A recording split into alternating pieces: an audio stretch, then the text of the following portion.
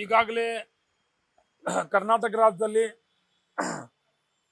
ಮಾನ್ಯ ಈ ಹಿಂದಿನ ಮುಖ್ಯಮಂತ್ರಿಗಳಂತ ಸನ್ಮಾನ್ಯ ಸಿದ್ದರಾಮಯ್ಯನವರು ಇದ್ದಾಗಲೇ ಆಗಿನ ಸಚಿವರಾದಂಥ ಪ್ರಿಯಾಂಕಾ ಖರ್ಗೆ ಅವರು ಹಲವಾರು ವಿಷಯಗಳ ಬಗ್ಗೆ ರಾಷ್ಟ್ರೀಯ ಸ್ವಯಂ ಸೇವಕ ಸಂಘದ ಹಲವು ಪದಾಧಿಕಾರಿಗಳಿಗೆ ಕೆಲವೊಂದು ಪ್ರಶ್ನೆಗಳನ್ನು ಕೂಡ ಅವರು ಕೇಳಿದ್ರು.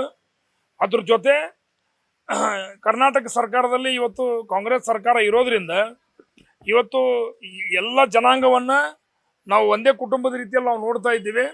ರಾಷ್ಟ್ರೀಯ ಸ್ವಯಂ ಸೇವಕ ಸಂಘ ಮಾಡತಕ್ಕಂಥ ಕಾರ್ಯ ಚಟುವಟಿಕೆಗಳು ಸಮಾಜದ ವಿರುದ್ಧವಾಗಿರೋದ್ರಿಂದ ಆ ಕಾರಣವಾಗಿ ನೀವು ಮಾಡತಕ್ಕಂಥ ಕಾರ್ಯ ಚಟುವಟಿಕೆಗಳ ಬಗ್ಗೆ ನಮಗೆ ನಿಖರವಾದಂಥ ಮಾಹಿತಿಯನ್ನು ಕೊಡಬೇಕು.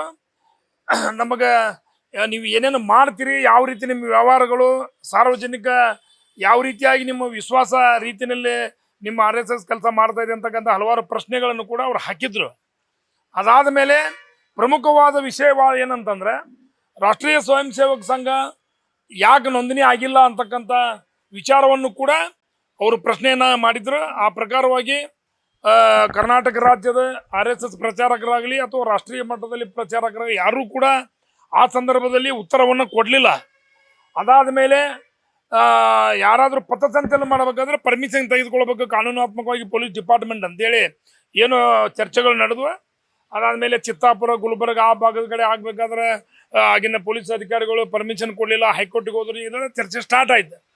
ಅದಾದಮೇಲೆ ಈಗ ಎರಡನೇ ಮುಖ್ಯಮಂತ್ರಿ DK ಶಿವಕುಮಾರ್ ಅವರು ಆದಮೇಲೆ ಏನು ಪ್ರಮುಖವಾದಂಥ ಹುದ್ದೆ ಇವತ್ತು ಗೃಹ ಇಲಾಖೆಯನ್ನು ಪ್ರಿಯಾಂಕಾ ಖರ್ಗೆ ಅವರು ನಿರ್ವಹಿಸ್ತಾ ಇದ್ದಾರೆ.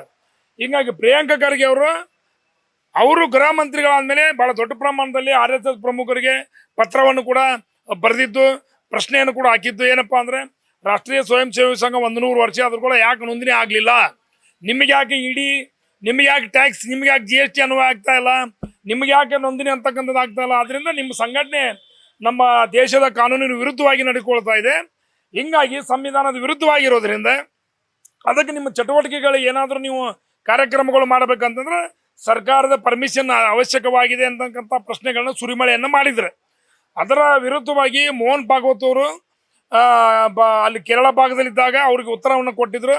ಹಿಂದೂ ಧರ್ಮ ಯಾವ ರೀತಿಯಾಗಿ ನೋಂದಣಿ ಆಗಲಿಲ್ಲ, ಹೀಗಾಗಿ ನಮ್ಮದು RSS ಕೂಡ ಆಗಂಗಿಲ್ಲ, ನಾವು ಮಾಡಂಗಿಲ್ಲ ಅಂತಕ್ಕಂಥ ಒಂದು ಉಪಜಾಪಿತನ ಹೇಳಿಕೆಯನ್ನು ಅವರು ಕೊಟ್ಟಿದ್ದರ ಫಲವಾಗಿ ಇವತ್ತು ಏನು ಬೆಳಗಾವಿನಲ್ಲಿ 9, 10, 11ರಂದು ಏನು ಕರ್ನಾಟಕ ರಾಜ್ಯದಲ್ಲಿ ಗೃಹ ಮಂತ್ರಿಗಳ ಪ್ರಶ್ನೆ ಮಾಡಿದ್ದಾರೆ.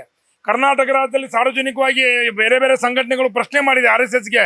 ಒಟ್ಟು ಸಣ್ಣ ಪುಟ್ಟ ಸಂಘಟನೆಗಳು ಇವತ್ತು ಕಾರ್ಯ ಕೆಲಸ ಮಾಡಬೇಕಂದ್ರೆ ನೋಂದಣಿ ಆಗ್ಬೇಕು, ಸಹಕಾರ ಕ್ಷೇತ್ರದಲ್ಲಿ ನೋಂದಣಿ ಆಗಬೇಕು, ಜಿಲ್ಲಾಧಿಕಾರಿ ಮಟ್ಟದಲ್ಲಿ ಹಲವಾರು ಇಲಾಖೆಗಳ ಮೂಲಕ ನೋಂದಣಿ ಆಗಿ ಎಲ್ಲ ಕಾರ್ಯ ಚಟುವಟಿಕೆಗಳು ಮಾಡಬೇಕಂತ ನಮ್ಮ ಸಂವಿಧಾನದಲ್ಲಿ ಬರೋದ್ರಿಂದ ಈ ವಿಷಯವಾಗಿ ಇವತ್ತು ಬಹುಶಃ RSSನವರು ಪ್ರಿಯಾಂಕಾ ಖರ್ಗೆ ಅವರಿಗೆ ಒಂದು ರೀತಿ ಅವರು ಸಾರ್ವಜನಿಕವಾಗಿ ಕೇಳಿರ್ತಕ್ಕಂಥ ಪ್ರಶ್ನೆಗಳಿಗೆ ಸೊಡ್ಡು ಹೊಡೆಯೋ ರೀತಿಯಲ್ಲಿ ಬೆಳಗಾವಿನಲ್ಲಿ 3 ದಿನ ಇವತ್ತು ಬೈಠಕ್ ಮಾಡ್ತಾ ಇರೋದು ಕೂಡ ಇವತ್ತು ಆ ಪ್ರಕಾರವಾಗಿ ನಾವು ಇವತ್ತು RSS ಸಂಘಟನೆ ಅದು ನೋಂದಣಿ ಆಗದೇ ಹೊರತು ಅವರಿಗೆ ಯಾವುದೇ ರೀತಿಯಿಂದ ಸಭೆಗಳನ್ನು ಮಾಡಲಿಕ್ಕೆ ಪರ್ಮಿಷನ್ ಕೊಡಬಾರ್ದು ಅಂತೇಳಿ ಜಿಲ್ಲಾಧಿಕಾರಿಗಳಿಗೆ ಒಂದು ಪತ್ರವನ್ನು ಕೊಡೋದ್ರ ಮುಖಾಂತರ ವಿಭಾಗೀಯ ಪೊಲೀಸ್ ಅಧಿಕಾರಿಗಳು ಮತ್ತು ಬೆಳಗಾವಿ ನಗರ ಆಯುಕ್ತರಿಗೆ ಪತ್ರ ಕೊಡಬೇಕಾಗಿರ್ತಕ್ಕಂಥ ಒಂದು ಹೆಜ್ಜೆಯನ್ನು ನಾವು ಇವತ್ತು ಇಡ್ತಾ ಇದ್ದೇವೆ.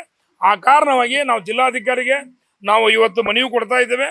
9, 10, 11 ಯಾವುದೇ ತರನಾಗಿ ಅವರು ನೋಂದಣಿಯನ್ನು ಮಾಡ್ಕೊಂಡು ಬಂದ ಮೇಲೆ ಅವರ ಕಾರ್ಯ ಚಟುವಟಿಕೆಗಳ ಬಗ್ಗೆ ಸಂವಿಧಾನಾತ್ಮಕವಾಗಿ ಎಲ್ಲ ವಿಷಯಗಳನ್ನು ತಿಳಿಸಿದ ಮೇಲೆ ನೀವು ಅವರಿಗೆ ಅನುಮತಿಯನ್ನು ಕೊಡಬೇಕು.